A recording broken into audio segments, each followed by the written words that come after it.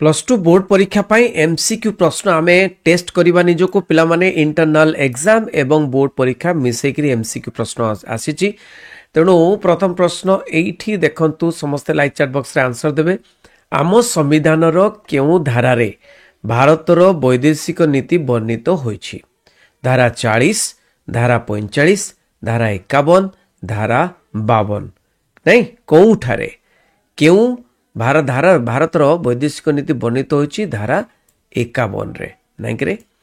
Next प्रश्न देखिबा B प्राचीन ग्रीस रे केउ गणतंत्र प्रचलित थिला प्रत्याहार प्रत्यक्ष गणतंत्र प्रतिनिधिमूलक गणतंत्र जनमत केउ गणतंत्र प्रचलित थिला ना उत्तर हेउछि ना प्रत्यक्ष गणतंत्र प्रचलित थिला।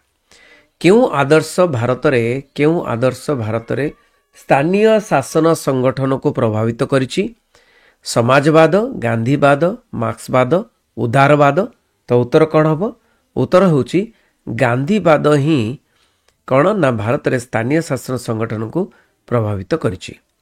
नेक्स्ट प्रश्न देखिबा निम्नोक्त मानक मध्यरु किए दिल्ली लाहौर बस सेवा उद्घाटन करथिले एक इंदिरा गांधी दुई मनमोहन सिंह और तीन अटल बिहारी वाजपेयी चार नरेंद्र मोदी तो उत्तर कौन हम ना उत्तर होची अटल बिहारी वाजपेयी समय रे दिल्ली रु लाहौर बस सेवा उद्घाटन कराइथिला।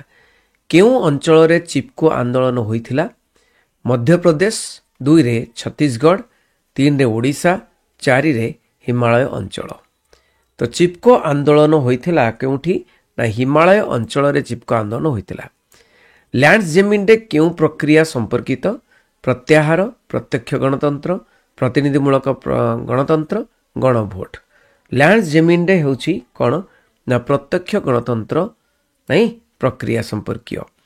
केउ मसिया रे भारत और चीन विवाद संपर्क रे कोलंबो प्रस्ताव होइतिला एक 1957 दुई 1960 तीन 1962 चार 1964 ताले भारत चीन विवाद संपर्क रे कोलंबो प्रस्ताव होइतिला एटा केबे ना उत्तर होची 1962 रे 1962 रे।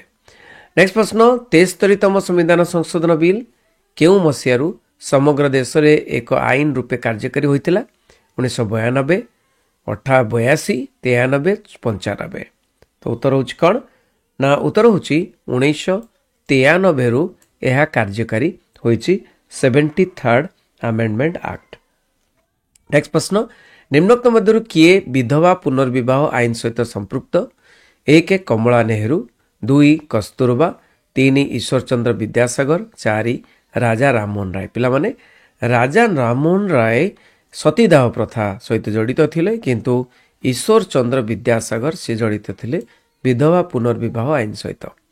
निम्नलिखित देश मानक मध्यरु केउटी सार्क रो सदस्य नुहे नेपाल चीन भूटान पाकिस्तान सार्क रो सदस्य किए नुहे ना उत्तर होची चीन होची सार्क रो सदस्य नुहे। सियाचिन राजीनामा कहा सहित संपर्कित भारत चीन संपर्क भारत पाकिस्तान संपर्क भारत बांग्लादेश संपर्क भारत नेपाल संपर्क। सियाचिन माने चीन भारत चीन सहित संपर्कित होची सियाचिन नाय नाय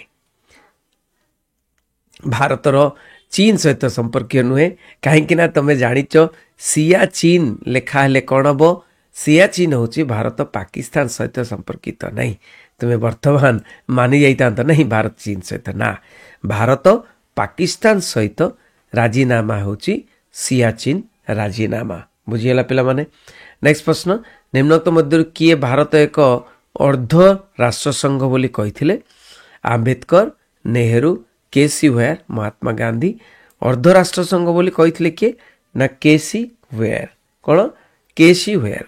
नेक्स्ट प्रश्न केउ मसिया रे ओडिशा रे पंचायती राज व्यवस्था कार्यकारी हला 1955 1961 1965 1993 तो केउ मसिया रे ना उत्तर 1961 मसिया रे 1961 1961 मसिया रे। नेक्स्ट प्रश्न भारत संविधान रो केउ अनुच्छेद केंद्र राज्य संपर्कित केउ अनुच्छेद केंद्र राज्य संपर्कित कहलो देखी ना उत्तर होची पंचम अनुच्छेद सप्तम अनुच्छेद, दशम अनुच्छेद, द्वादश अनुच्छेद। उत्तर होची सप्तम अनुच्छेद रे केंद्र राज्य संपर्क लिखाई। आम संविधान केउ धारा राष्ट्रपति शासन संपर्कित? धारा 352, धारा 356, धारा 360, धारा 370। उत्तर होची धारा 356। नेक्स्ट प्रश्न, किए तेलुगु देशम पार्टी गठन करथिले? शशिकला, चंद्रशेखर, एन.टी. रामाराव, नागेश्वर राव। तेणु तेलुगु देशम पार्टी किए गठन करथिले? उत्तरटी होची कौन ना एन.टी. रामाराव। नेक्स्ट प्रश्न, भारतीय जातीय कांग्रेस प्रथम सभापति किए थिले? महात्मा गांधी। 2 रे उमेश चंद्र बनर्जी, 3 रे जवाहरलाल नेहरू, 4 रे सुभाष चंद्र बोस। कहलो देखी भारतीय जातीय कांग्रेस प्रथम सभापति किए थिले? ना उत्तर होची उमेश चंद्र बनर्जी। किए थिले? उमेश चंद्र बनर्जी।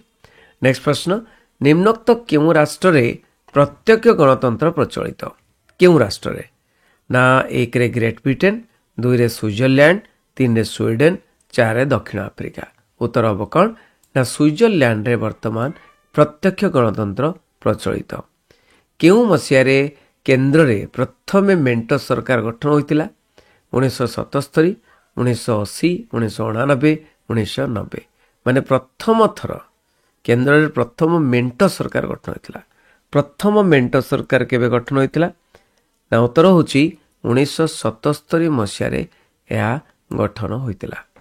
निम्नत मध्यरु केउटी भारत रे गणतांत्रिक व्यवस्था प्रति एक आह्वान नुहे? गणतांत्रिक व्यवस्था प्रति एक आह्वान नुहे कुआइछि। निरक्षरता तो गोटे आह्वान निश्चय। धर्म लिंगगत वैषम्य गोटे आह्वान।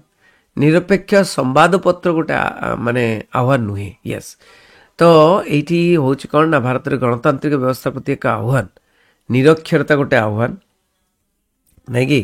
निरक्षरता गोटे आह्वान, तापरे धर्म भी आह्वान, लिंगगत वैषम्य आह्वान, निरपेक्ष संवादपत्र आह्वान नुहे।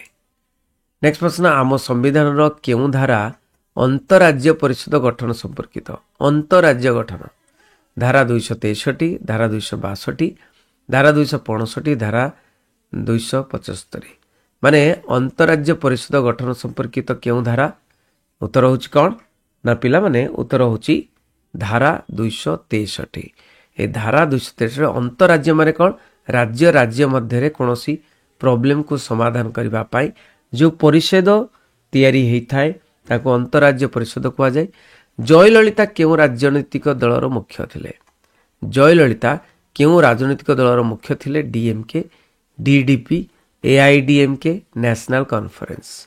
उत्तर कौन हबो ना उत्तर होची एआईएडीएमके। एआईएडीएमके रे से थिले कौन दलर मुख्य। गणतंत्र रे सर्वोत्तम कर्ता किए? 1 विधानमंडल, 2 कार्यपालिका, 3 न्यायपालिका, 4 जनसाधारण। ताले सर्वोत्तम कर्ता किए ना जनसाधारण। सर्वोत्तम कर्ता हेउची कोन हेउचंती किए? जनसाधारण। नेक्स्ट प्रश्न, निम्नोक्त मध्यरु एटा प्रश्न देखिदबा पिला माने निम्नोक्त मध्यरु किए निज पदाधिकार बलरे नीति आयोगर अध्यक्ष अटंती? माने निज पद अनुसार से नीति आयोगर ऑटोमेटिकली अध्यक्ष अटंती? राष्ट्रपति, उपराष्ट्रपति, प्रधानमंत्री, लोकसभा बाचस्पति। किए ना उत्तर होची एठी ना प्रधानमंत्री। प्रधानमंत्री जी भी हेई थाउ नहीं से जो पदवीटा को माने सम्मान दिया जाए तो प्रधानमंत्री होचंती नीति आयोगर अध्यक्ष। लास्ट प्रश्न, द्विकक्षीय व्यवस्था केउ प्रकार संस्कार सरकार वैशिष्ट्य? द्विकक्षीय व्यवस्था ऐकिक राष्ट्र, एकछत्रवाद, संघीय राष्ट्र, संघ राष्ट्र। तो कौन हम उत्तर ना उत्तर होची संघ राष्ट्र। नहीं संघ राष्ट्र द्विकक्षीय व्यवस्था केउ प्रकार सरकार व्यवस्था ना संघ राष्ट्र बा संघीय राष्ट्र व्यवस्था। पिला माने एठी रखुची समस्त शेयर करिवे। रहिली बंदी उत्कल जननी।